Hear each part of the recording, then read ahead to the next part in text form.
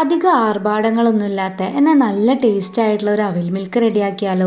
Welcome to food stories. ഒരു pan ചൂടാക്കി അതിലേക്ക് 1/2 കപ്പ് അളവിൽ അവില് ചേർത്ത് കൊടുക്കാം. അവില് നമ്മളൊന്ന് ഡ്രൈ ഫ്രൈ ചെയ്തെടുക്കണം. അപ്പോൾ ഒരു മീഡിയം ടു ലോ ഫ്ലെയിമിൽ ഇട്ടിട്ട് നമുക്കിതിനൊന്ന് ഡ്രൈ ആക്കി എടുക്കാം. വളരെ തിന്നായിട്ടുള്ള അവിൽ എടുക്കരുത് കേട്ടോ. അത്യാവശ്യം കട്ടിയുള്ള അവിൽ വേണം നമ്മൾ എടുക്കാൻ വേണ്ടിയിട്ട്.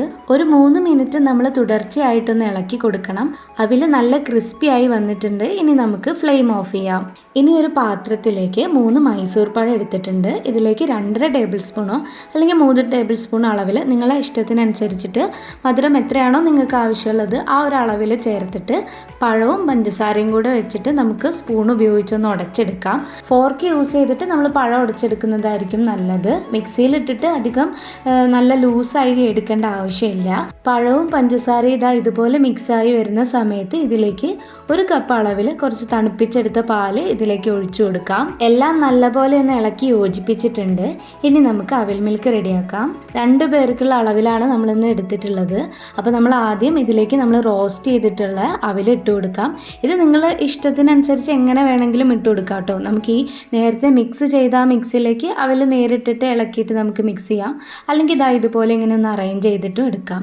അപ്പോൾ നിങ്ങളെ ഇഷ്ടം എന്താണോ അതിനനുസരിച്ച് ചെയ്യാവുന്നതാണ്.